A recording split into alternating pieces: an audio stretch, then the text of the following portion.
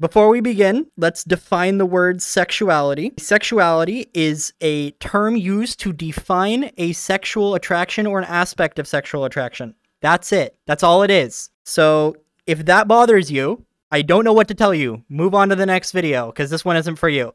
Go ahead. Hi, I'm Lucia. I'm one of Azil's video editors, and I also have a channel called NeuroLucia. And I did a video on what we're going to be talking about today over there if you want to see it. So we're going to be talking about autosexuality, which is what I experience, which is a very interesting one that not a whole lot of people know about. So first, I actually want to start this by asking all of you, like, if you've heard of it or what your, I guess, perception of it is, because I know not a lot of people even know anything about it. I mean, I know Azil knows, but... I had not heard of it before you mentioned it in a call. And like when I planned your recording, because I'm actually Azil's manager, and no, I had not heard of it. Basically, autosexuality is an attraction to oneself.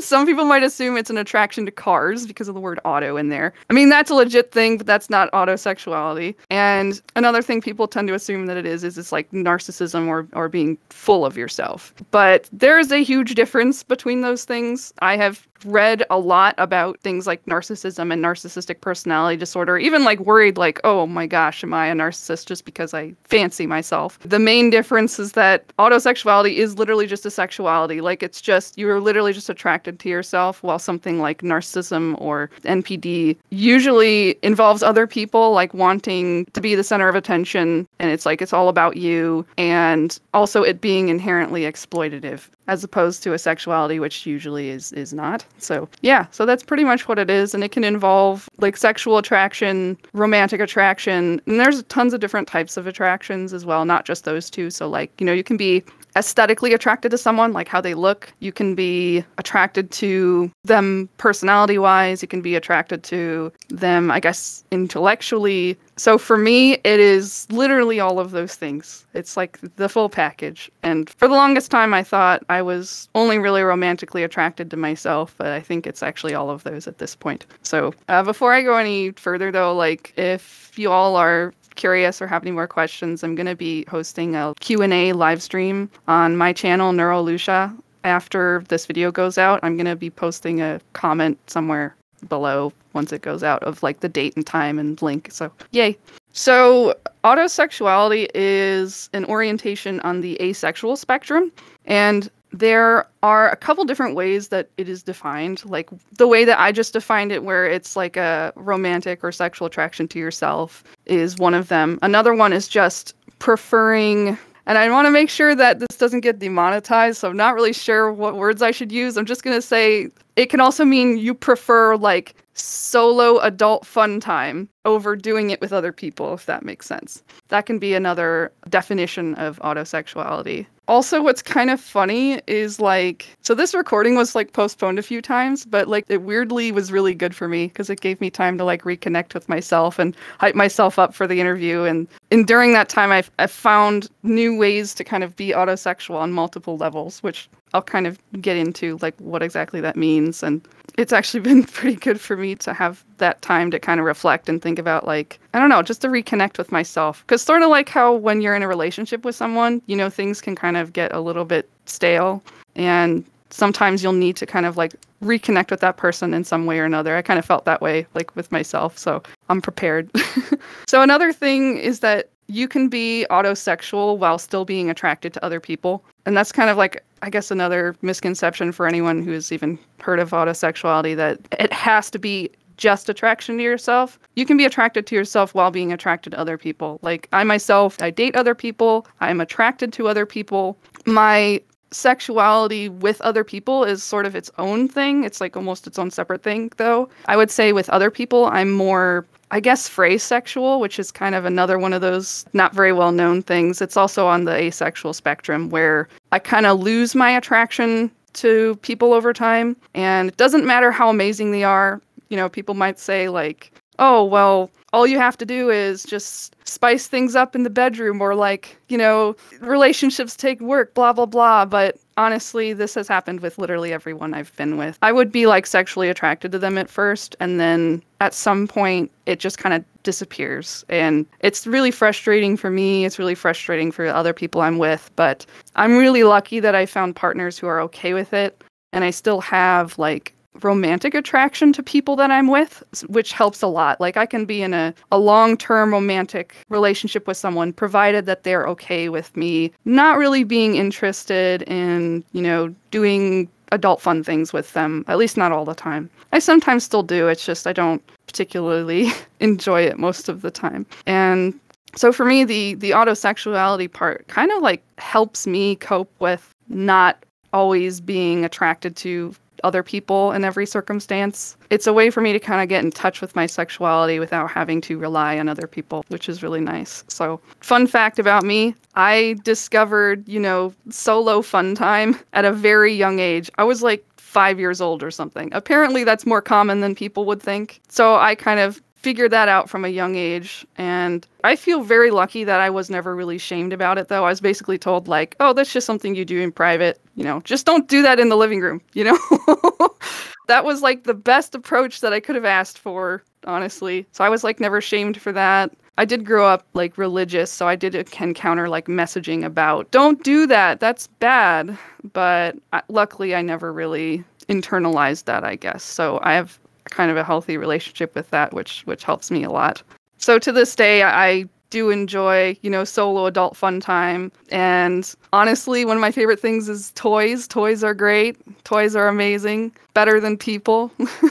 A lot of times. So like I've mentioned before, there's different sort of sides of sexuality. Like there's like sexual attraction, there's romantic attraction, aesthetic attraction. There are different words for those as well, like subcategories. Like you can be, for example, you can be autoromantic, which is just the romantic side, as opposed to autosexual, which usually can be just the sexual side, but it kind of also insinuates it might include romantic. Kind of like how you would say someone is heterosexual. That usually also means that they are romantically attracted to the opposite sex. And so for me, when I say autosexual, for me that is both. That includes both. So some of the things that I would categorize as autosexual, which like includes the whole autoromantic thing, would be, not just the solo of adult fun time. Like that's just one part of it. There are a lot of other parts of it. Like for me, I literally am my own girlfriend. Like I will take myself out on dates.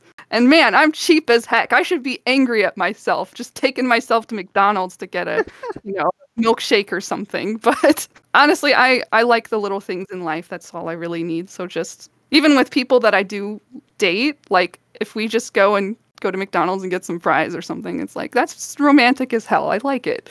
So, I'll treat myself to little things. Oh, bubble tea is another one. I love bubble tea. I'll go get myself some bubble tea.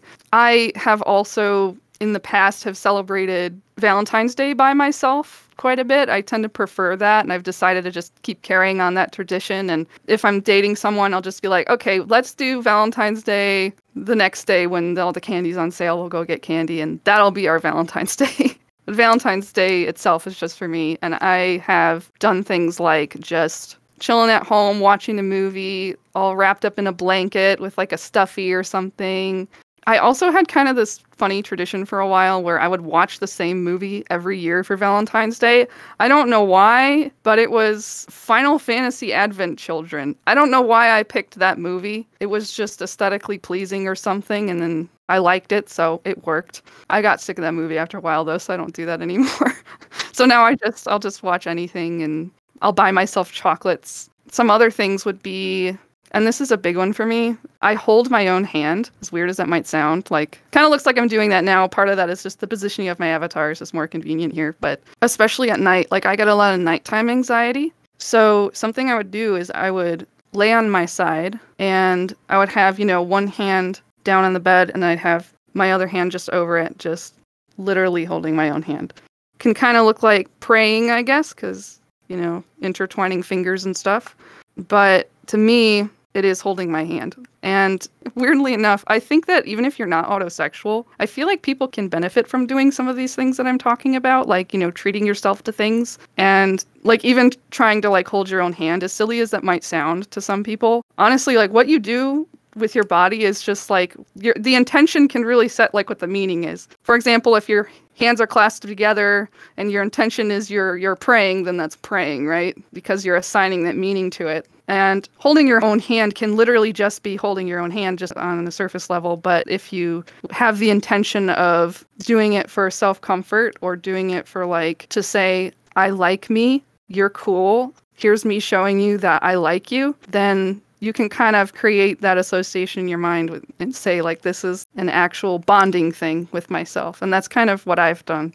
It took me a while to get over, like, the weirdness of it at first, but now it's great. I like doing it. Highly recommend it. A couple other things and this is something I was previously kind of shy about. Again, the paranoia of coming across as like, I'm just, full of myself, or I don't want to come across also as like, I'm overly sexual. I mean, to be fair, sometimes I am, but there's a very negative stigma against people who are very proudly like sexual or proud in their sexuality. I think especially for women or, feminine people, AFAB people as well, there's this stigma of like, if you come across too sexual or if you move in a certain way, that means you're I'll just say the word, just censor it, but it's like you're a or you're a or like, all of those things. And I definitely grew up internalizing that. I very much suppressed any body movements or anything like that could have been misconstrued as sexual or interpreted as sexual. And this kind of added to some issues that I had growing up in general. I was very suppressed, like emotionally. Part of it was I'm autistic, so a lot of my experiences when I'd be having like sensory overload, I was kind of gaslit about my feelings a lot. It was assumed that I was being too dramatic, or that I was just making a big deal out of something that was nothing, when for me it was like, really painful or really agonizing. And so I just was taught like, oh, just don't show your emotions, number one. And number two, question your emotions, because everyone's telling me that I'm not feeling the right things I should feel. So I kind of grew up detached from my emotions and my body. So that's a double whammy.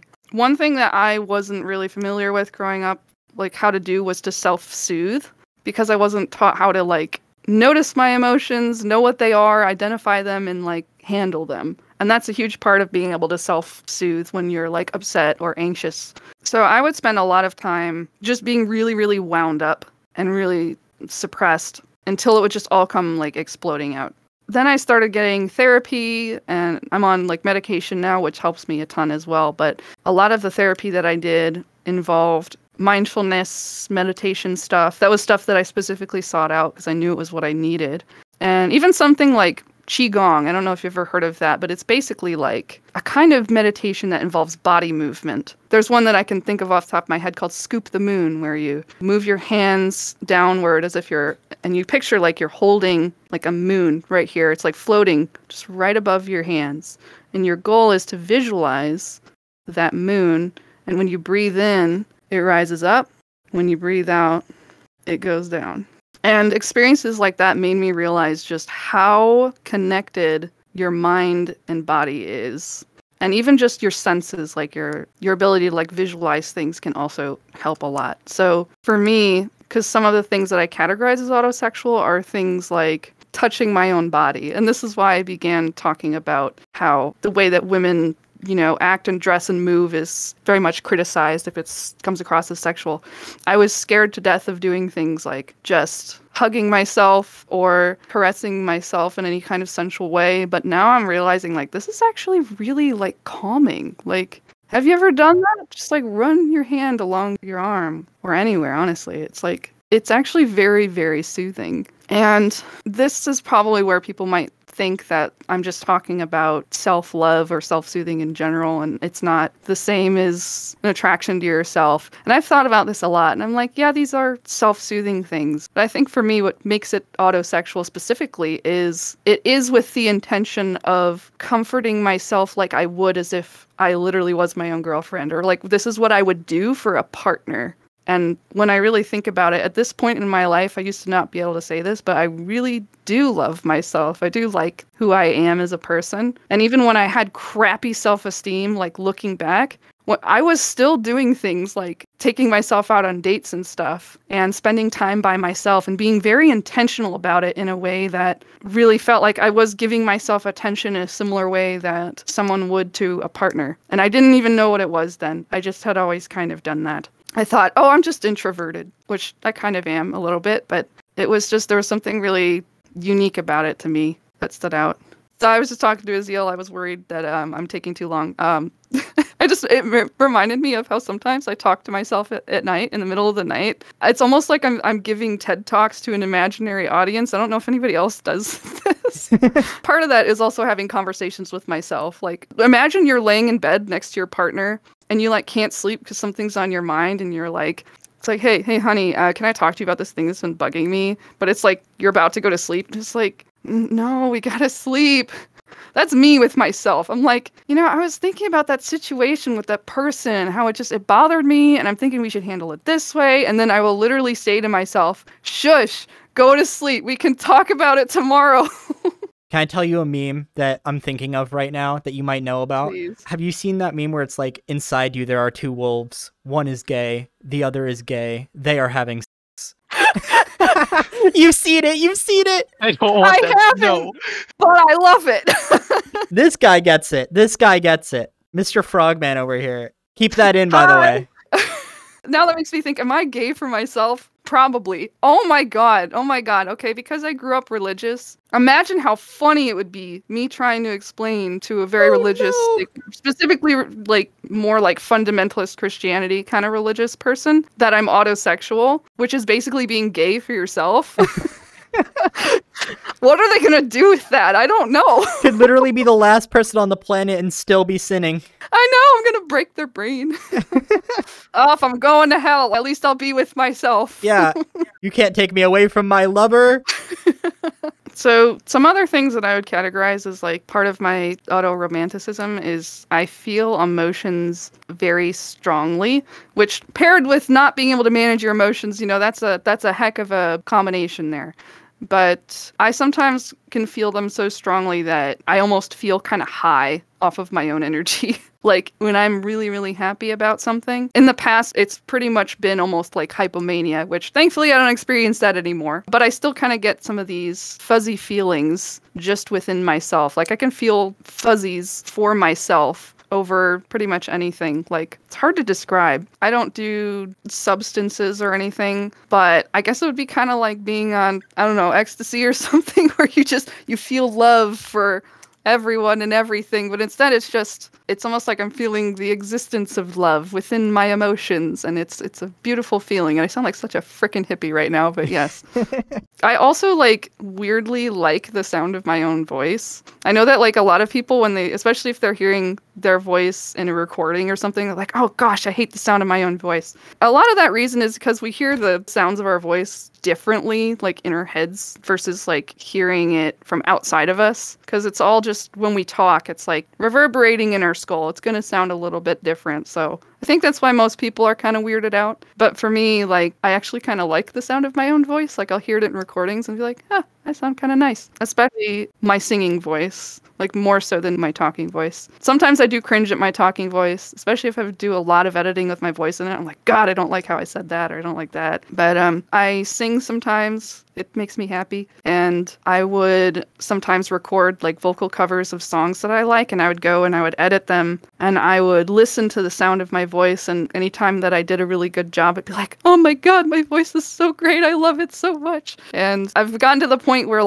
I focus so hard on my singing voice, when I'm editing, that I've improved my singing voice from that. So now I geek out even more when I listen to my own voice. I'm like, it's so pretty. I love it. Worry about sounding like a narcissist. I feel like I'm sounding like one right now. You are not. I think the thing that proves to me that this is nothing like narcissism is it is very apparent that you can be autosexual and still think you are a terrible human being and hate yourself. Yeah, that's very, very true. I once was invited to a Discord server of people who are autosexual. That was a fun experience. one question that I asked everyone was, do you have self-esteem issues while still being autosexual? Or like, do you still feel crappy about yourself sometimes? And the answer usually for everyone was yes. It's like, sometimes I look in the mirror and I'm like, I look crappy today. I don't like the way I look. Or like in general, just self-loathing can be a thing. You can still have mental health problems and still be autosexual. Those two things can coexist. We're still human. We have our moments. And we also change as people over time as well. So something that I used to like really struggle with is seeing myself in the mirror. And there are a lot of autosexual people who love looking at their reflection and think, wow, man, I'm hot, which is great for them. But I couldn't really do that for the longest time because for me, and part of this was like, my upbringing and the emotional repression, but I ended up developing like a dissociative disorder that made it even harder for me to associate like my body with my mind. And so when I would look in the mirror, it was the weirdest experience because I'm like, who the crap is that? What am I looking at? I'd be weirded out and fascinated at the same time because I'm like, I have a face. Like I look like a stranger. It was sometimes weird. But more recently, in the past couple of years, I've gotten on meds and I'm wondering why I hadn't done this earlier. I've had such horrible anxiety and depression throughout my life. And I was avoiding getting on medication because I was basically told like, oh, it's going to mess you up. It's going to change your personality, blah, blah, blah. But no, actually, it really leveled me out a lot. And now I actually feel more grounded and more connected to my body. So over the past couple of years, I've tried to explore that more. And now I can look in the mirror and see myself and say, that's me. And I actually like the way that I look. And now I'm actually attracted to myself physically, which is really lovely. Both the autosexuality and me getting therapy and meds and all of that stuff that I needed, like, has kind of helped me be more, I guess, mindful in general and be grounded in my body and like aware of things and aware of my feelings too. Because sometimes I'm so like focused on things I have to do that day. I have this complex about being productive for one. Like I feel like I'm a failure if I'm not being productive. But there are some times when you need a break. The human brain can only take so much. And it's hard for me to stop thinking about all the long list of things that I've been wanting to do and to just slow down and be like, hey, are you okay? Like, am I okay?